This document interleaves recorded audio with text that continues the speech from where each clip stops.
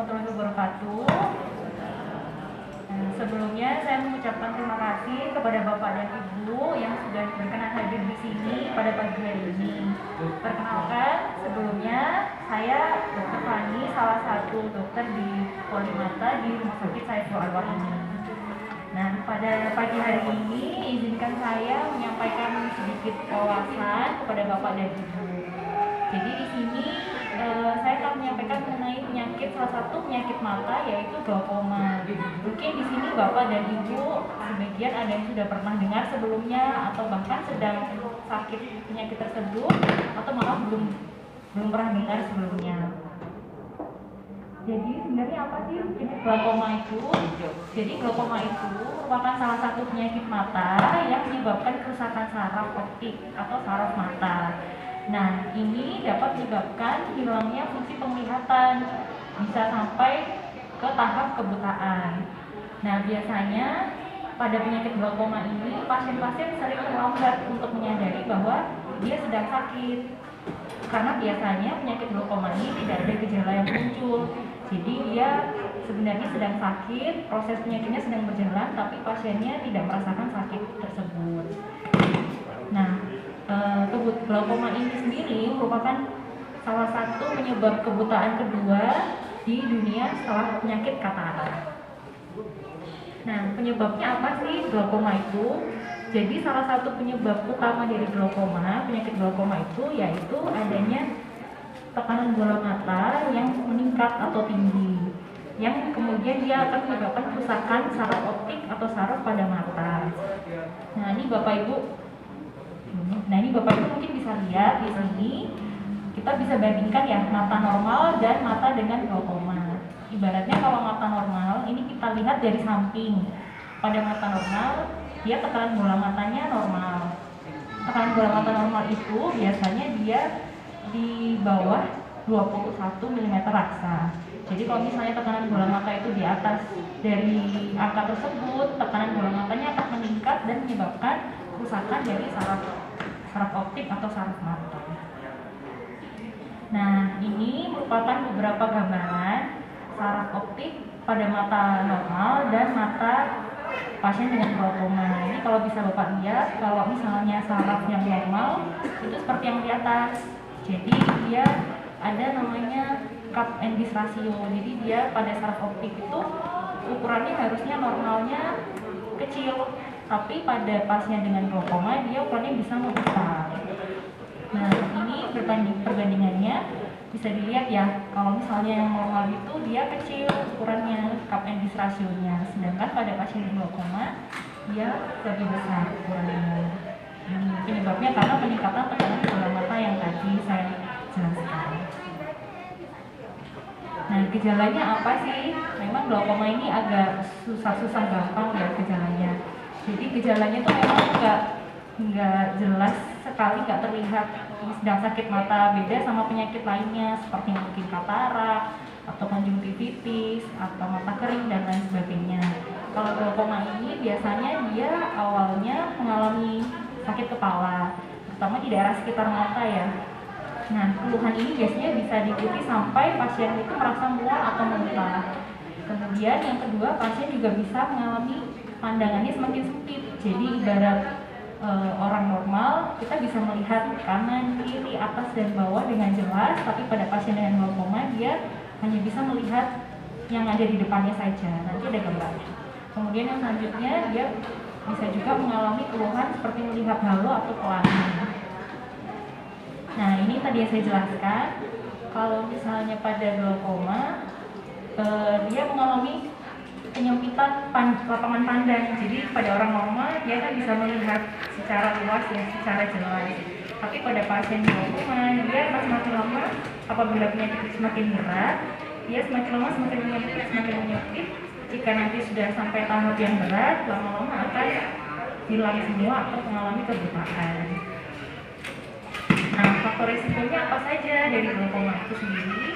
Yang pertama, riwayat keluarga dari glaukoma. Jadi mungkin untuk Bapak dan Ibu, apabila di keluarganya entah ayah ibunya atau kakek nenek atau keluarga yang lain mengalami glaukoma, itu bisa menyebabkan salah satu faktor resiko terjadinya glaukoma.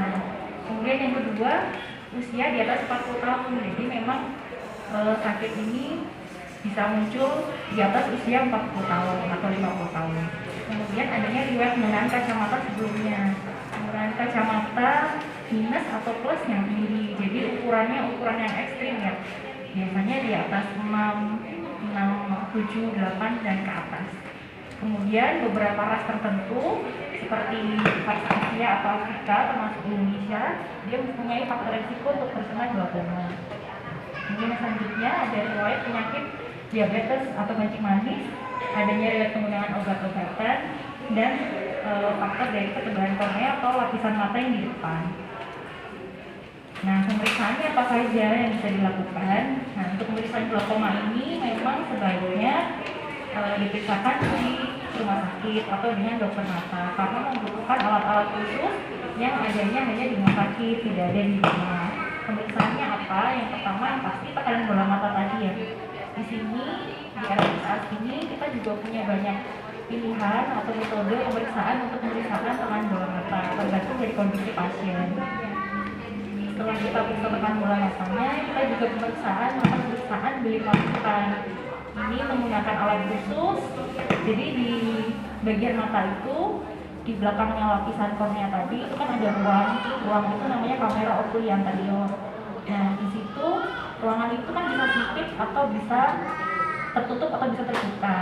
Nah, di situ merupakan kalau misalnya sempit atau tertutup itu merupakan salah satu faktor risiko untuk terjadi glaukoma. Kemudian yang selanjutnya ada namanya tulisan OCT. Mungkin Bapak Ibu di sini ada yang pernah tahu atau ada yang pernah diperiksa sebelumnya malah ya. Jadi nanti dari OCT ini kita bisa lihat fungsi saraf optik tadi, bentuknya bagaimana, fungsinya bagaimana, ketebalannya sudah seperti apa, kerusakannya sejauh apa, seperti itu. Nanti ada juga pemeriksaan yang lain-lainnya, banyak, ada pemeriksaan perimetri dan lain sebagainya. Nah, untuk pencegahannya sendiri bagaimana? Memang pencegahan pertama ya kita sarankan pada pasien atau pada masyarakat untuk pemeriksaan kesehatan mata secara rutin. Kemudian jika memang ternyata di tengah-tengah ada keluhan kabur atau keluhan pandangannya semakin sempit, itu harus segera diperiksakan ke dokter mata. Terus jika memang memiliki riwayat penyakit darah tinggi atau diabetes atau kencing manis, harus segera diperiksakan ke dokter mata. Terus kemudian tadi yang saya bilang ada riwayat di keluarga dan penyakit glaukoma. Dan yang terakhir, jika sudah memang memiliki penyakit glaukoma, harus rutin kontrol. Gitu. Kalau penyakit glaukoma, penyakit yang kronis ya, jadi nggak usah hanya sekali atau 2 kali datang saja. Nah, mungkin sekian yang bisa saya sampaikan. Mungkin ada pertanyaan atau yang ingin disampaikan dari Bapak atau Ibu. Ya, iya, Bapak.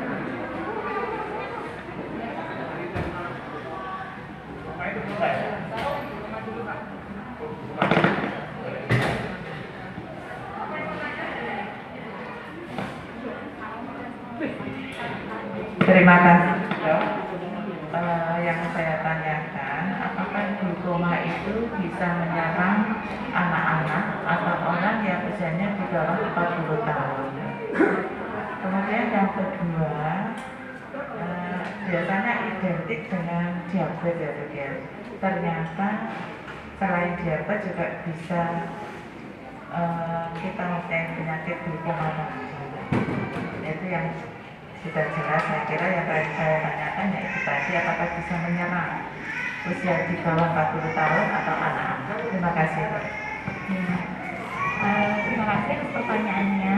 Jadi memang untuk penyakit glaukoma ini kompleks ya penyakitnya. Dia memang kalau secara keilmuan dia bisa terjadi bahkan dari lahir juga bisa Bu. Jadi ada penyakit glaukoma yang dia mengental. Jadi setelah lahir dia memang memiliki faktor risiko dan langsung menunjukkan gejala dari penyakit glaukoma itu.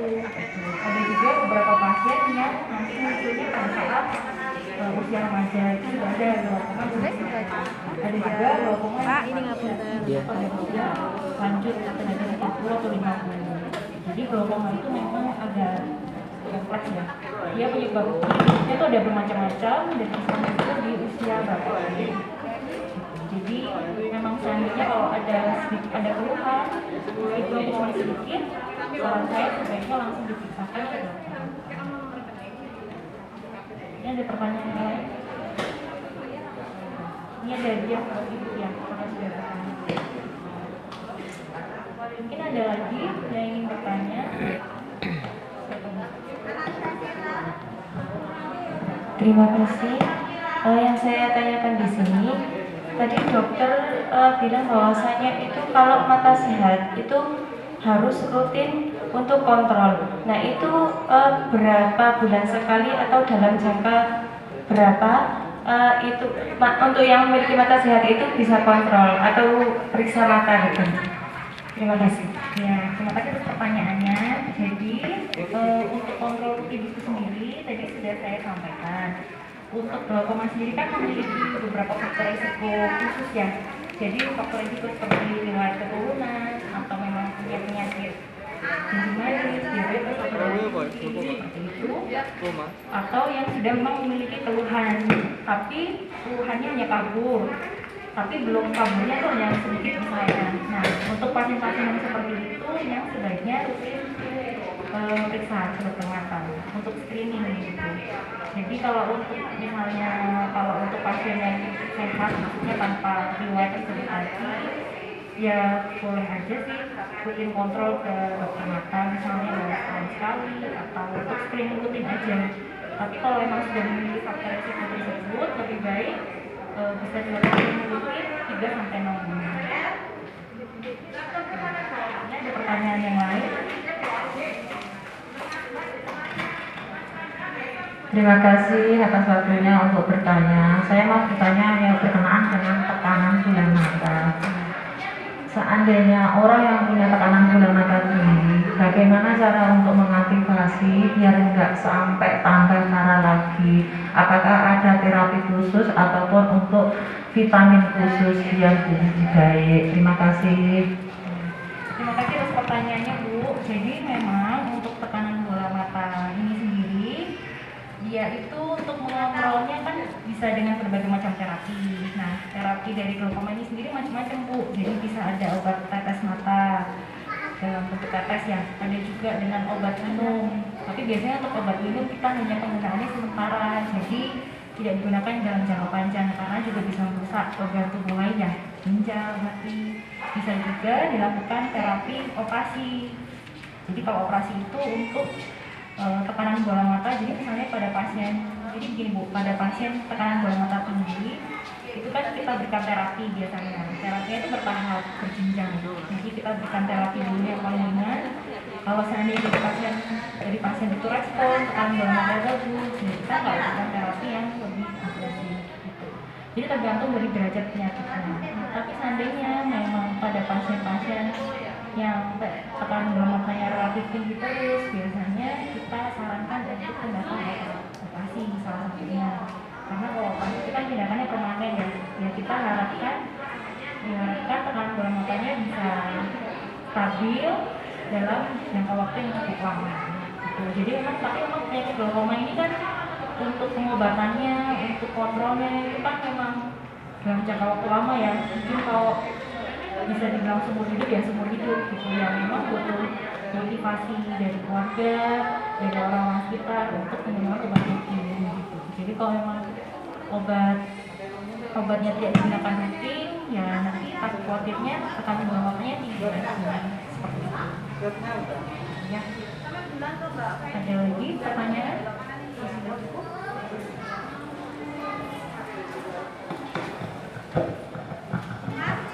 Terima kasih. Saya mau tanya ke masyarakat gatal pada mata. Sering terjadi gatal atau keliripan. Bagaimana cara membersihkan mata yang gatal atau kalau keliripan apakah perlu dikasih tes sendiri atau dikasih air mengalir atau bagaimana cara kalau mata itu kena keliripan atau gatal itu maksudnya cara pertama langkah pertama yang kita lakukan pada mata gatal atau kelilipan. Seringkali kan mata kita tiba-tiba gatal, tiba-tiba kayak ada yang ganjal. Itu langkah apa pertama kali yang kita lakukan? Apa kita kasih tetes mata atau kita kasih semacam cairan untuk bersih mata? Terima kasih, itu saja. Ya, terima kasih atas pertanyaannya. Ini di luar dari glaucoma ya. Langsung ke Jadi 7B. memang untuk keluhan gatal atau kelilipan itu kan penyebabnya banyak ya, penyebab sakitnya banyak. Jadi keluhan seperti itu tidak hanya pada satu penyakit tertentu. Jadi bisa karena misalnya kalau kelilipannya itu kelilipan apa dulu? Misalnya kelilipan gram atau kelilipan benda asing atau hewan. Nah, kalau kelilipan karena itu ya harus diperiksakan ke dokter untuk diambil benda aslinya. Kalau misalnya keluhan gatal karena apa? Matanya merah atau tidak? Seandainya misalnya matanya merah, itu kemungkinan juga macam-macam. Bisa karena infeksi juga bisa, atau karena mata kering. Jadi pada usia-usia tertentu ya, usia lanjut, biasanya itu kan produksi air matanya kan sudah tidak seperti yang orang muda ya. Jadi memang sudah ada penurunan produksi di situ. Jadi menyebabkan mata kering. Salah satu keluhannya bisa juga gatal atau matanya merah gitu.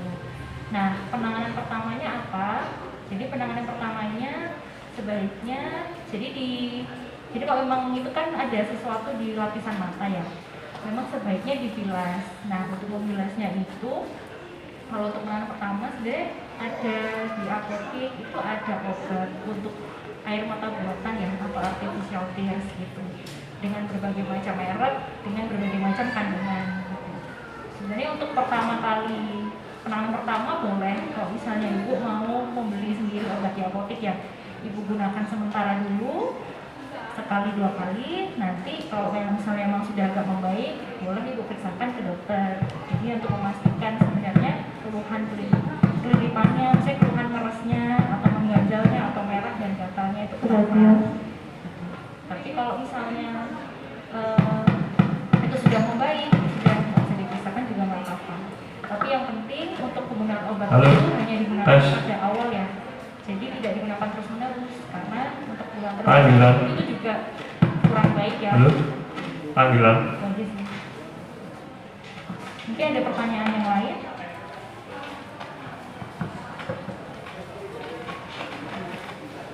Boleh?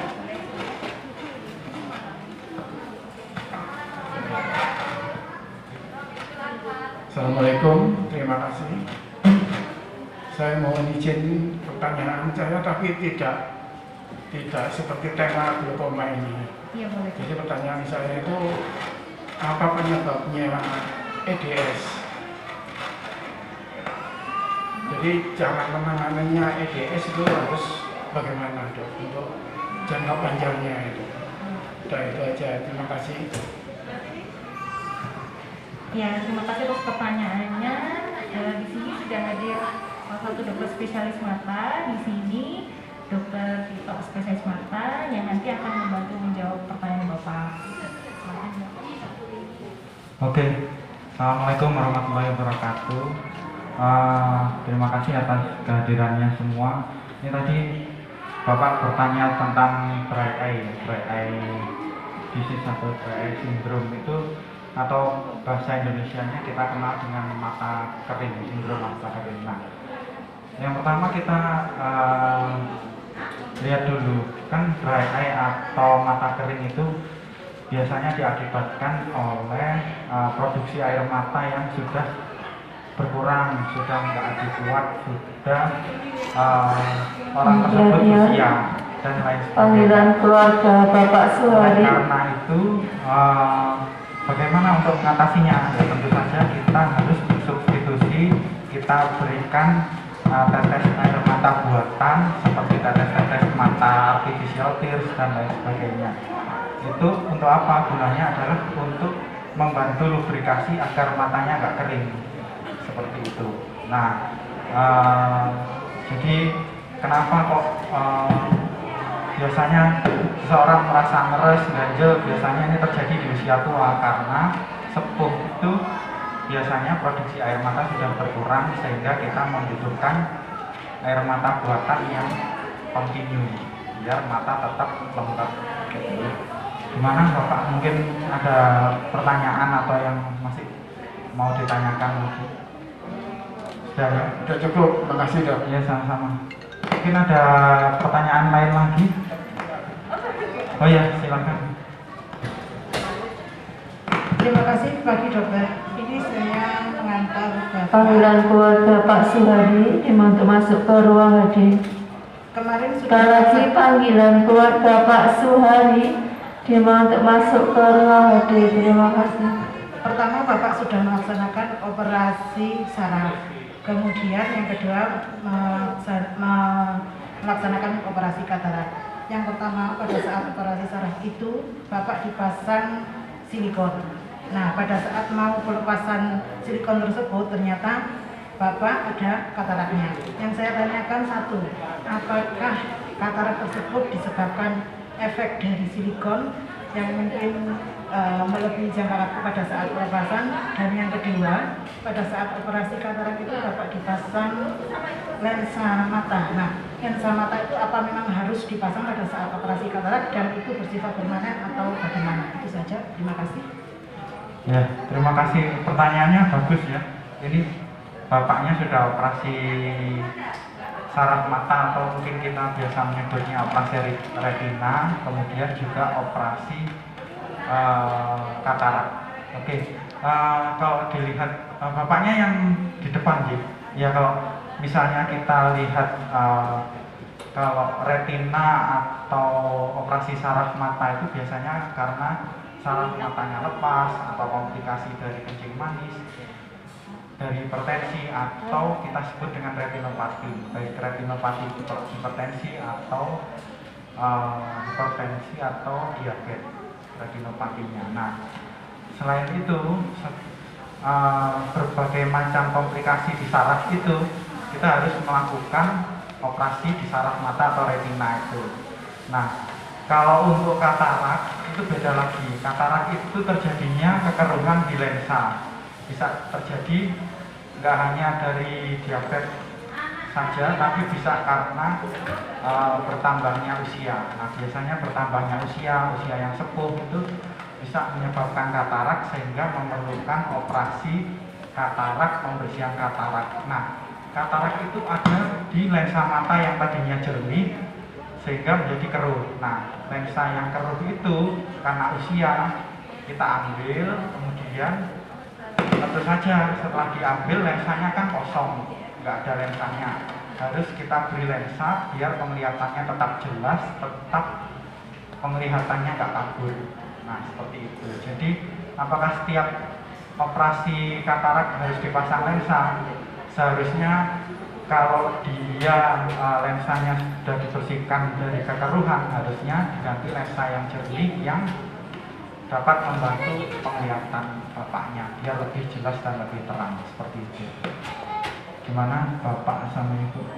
Mungkin sedikit lagi, mohon maaf, berarti untuk adanya katarak tadi bukan efek dari silikon karena mata Bapak yang sebelah kiri normal dan tidak ditemukan katarak seperti itu. Yang saya tanyakan juga itu, apakah efek dari silikon bisa membuat katarak sehingga operasi pelepasan silikon tadi kan harus mengambil katarak dulu, sementara yang sebelah kiri normal tidak ada kataraknya, begitu dokter?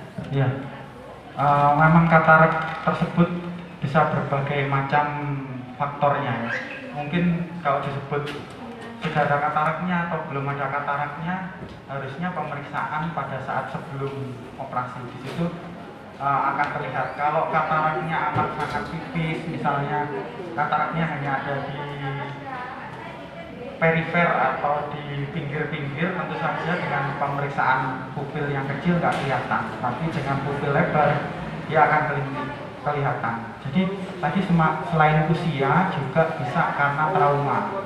Kalau bapaknya kena benturan atau trauma, itu katarak yang tipis itu bisa makin lebar. Selain itu juga diabetes atau gula darah yang tinggi. Kalau gula darah tinggi juga memicu katarak akan terjadi lebih cepat keruhnya seperti itu ya. Jadi kita harus lihat berbagai macam faktor akan mempengaruhi hal tersebut. Jadi itu beberapa hal yang bisa menyebabkan katarak itu tambah lama tambah tebal. Dan kalau kita ditanya penyebabnya dari mana aja, ya bisa dari macam-macam itu tadi. Jadi, mungkin seperti itu ya. Mungkin apa masih ada waktu atau sudah habis ya?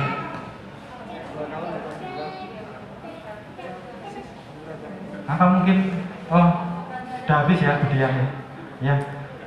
Mungkin kalau ada pertanyaan atau yang masih unek-unek belum tersampaikan, nanti pada saat konsultasi dengan dokter bisa dipertanyakan langsung, bisa dikonsultasikan langsung gitu nggih, biar lebih cepat ini kita memulai pemeriksaan di hari Jumat. Ya, matur nuwun atas perhatiannya, semoga bermanfaat dari ilmu dari Dokter Fani dan saya Dokter Tito. Mohon maaf saya baru memperkenalkan, saya Dokter Tito. Terima kasih atas perhatiannya, semoga bermanfaat. Mohon maaf jika ada kesalahan. Wabillahi taufiq wal hidayah. Assalamualaikum warahmatullahi wabarakatuh. Selamat pagi.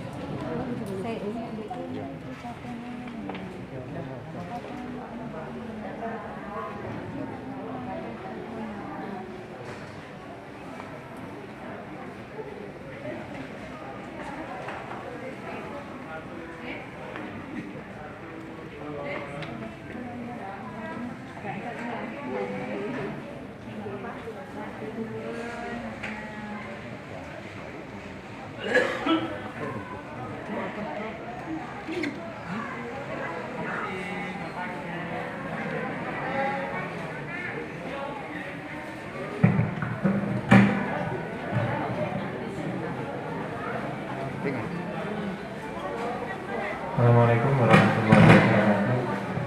Sebelum pelajaran dimulai, marilah kita berdoa bersama-sama.